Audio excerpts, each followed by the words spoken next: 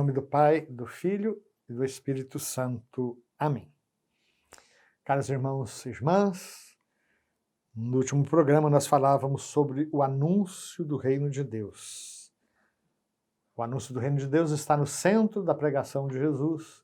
Vimos como todas as pessoas são chamadas a entrar nesse reino, que embora ele tenha sido anunciado primeiro aos filhos de Israel, com Jesus, esse reino messiânico é destinado a acolher homens e mulheres de todas as nações, né? Ide pelo mundo afora, pregar o evangelho a toda criatura.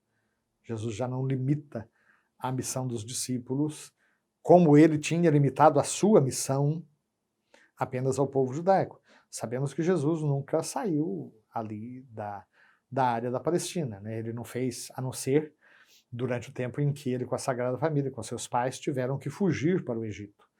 Mas a vida pública de Jesus, e mesmo a maior parte da sua vida oculta, aconteceu justamente ali em Nazaré.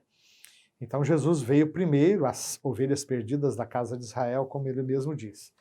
Com a sua ressurreição, e particularmente com a vinda do Espírito Santo, a universalidade do reino de Deus se torna muito clara.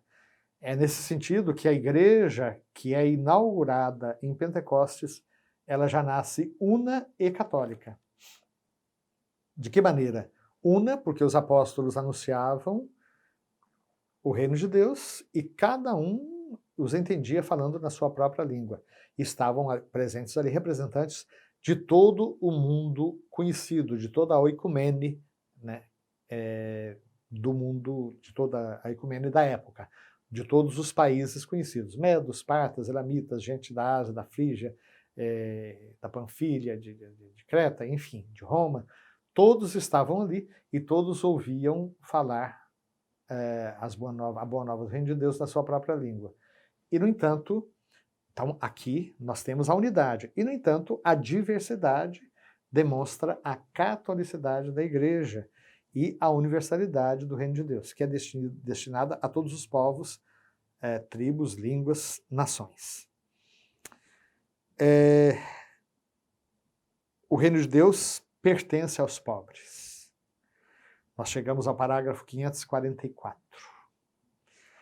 O reino de Deus pertence aos pobres e aos pequenos, ou seja, aqueles que acolheram com o coração humilde a pregação de Jesus.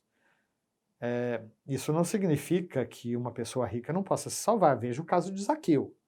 Zaqueu era um empresário, era um agricultor, um cultivador lá de sicômoros, né? E uma pessoa rica, uma pessoa influente na sua cidade. Mas ele, com toda a humildade, quis ver Jesus, inclusive não ficou com vergonha de se expor a uma situação ridícula, né? Porque ele era baixinho, mas como ele fazia questão de ver Jesus, ele sobe numa árvore, né? Para quando Jesus passasse, ele pudesse enxergá-lo. E Jesus, que conhece o coração das pessoas, disse: Zaqueu, desce daí, porque hoje eu vou entrar na sua casa, eu vou me hospedar na sua casa. E ali, Zaqueu, diante da pessoa de Jesus, diante do anúncio, ele se converte e diz: olha, se eu roubei, e de fato eu tinha roubado, eu vou devolver 4 vezes mais, e vou dar metade dos meus bens para os pobres. E aí Jesus diz: hoje a salvação entrou nessa casa, porque também este homem é filho de Abraão. Então Deus conhece o coração. Mas vejam, a atitude de Zaqueu foi a da humildade, a da mudança de vida, a do reconhecimento dos seus erros, da disposição para reparar os seus erros e de acolher realmente Jesus, não apenas na sua residência, mas no seu coração. Por isso é que Jesus, logo na primeira bem-aventurança, né, Mateus 5,3, ele vai dizer: bem-aventurados os pobres, porque deles é o reino dos céus. Aos pequenos o Pai se dignou revelar o que permanece escondido aos sábios e entendidos.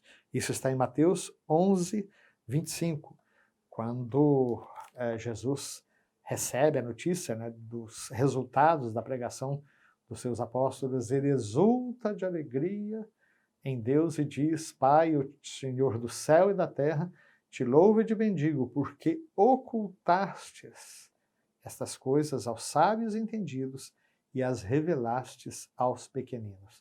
Sim, ó Pai, eu te louvo, porque assim é do teu agrado. Jesus compartilha a vida dos pobres, desde a manjedoura até a cruz. Ao falar do mistério do Natal, nós vimos que manjedoura é o lugar onde os animais vão mangiare, vão comer. Então, a manjedoura é o coxo dos animais. E é ali que Jesus foi reclinado logo depois que nasceu. Foi o seu bercinho. Jesus conhece a fome. Aliás, no deserto, ele foi tentado justamente a transformar pedras em pão. Jesus conhece a sede. Ele diz isso explicitamente à samaritana, né? Você não tem um pouco d'água para me dar? Jesus conhece a indigência. As raposas têm suas tocas, as aves dos céus têm seus ninhos, o Filho do Homem não tem sequer onde reclinar a cabeça. Mais ainda, Jesus se identifica com os pobres de todos os tipos e faz do amor ativo para com eles a condição para se entrar no seu reino. Nós temos aqui Mateus 25, 31 a 46. Vejam, uma proposta muito desafiadora para nós. Estive com fome e me destes de comer. Estive com sede e me destes de beber. Estava nu e me visitastes. Estava na prisão estava nu e me vestistes. Estava na prisão e me visitastes. Estava doente e cuidastes de mim. Era peregrino e me acolhestes, né? O Papa Francisco, por ocasião da abertura do Ano da Misericórdia, o Ano Extraordinário Especial da Misericórdia, ele vai lembrar que, além destas obras materiais, corporais de misericórdia, né, dar de comer a quem tem fome, dar de beber a quem tem sede, vestir os nus, abrigar os peregrinos, cuidar dos doentes, né, visitar os presos, existem as obras de misericórdia espirituais, né, ouvir, perdoar, aconselhar, reconciliar, ser instrumento da paz. Seja como for, Jesus se identifica com todo sofredor. Eu estava com fome, eu estava na prisão, eu era doente, eu era peregrino. Quando o Senhor, todas as vezes que fizerdes isso ao menor dos meus irmãos, é a mim que o fizestes.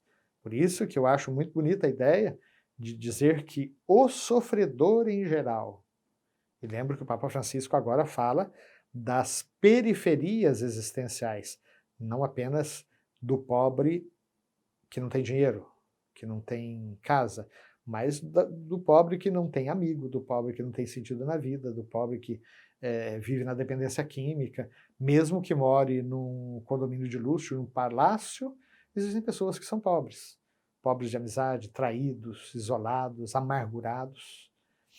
Jesus se identifica com todo pobre, sobretudo com os empobrecidos, os espoliados, os explorados.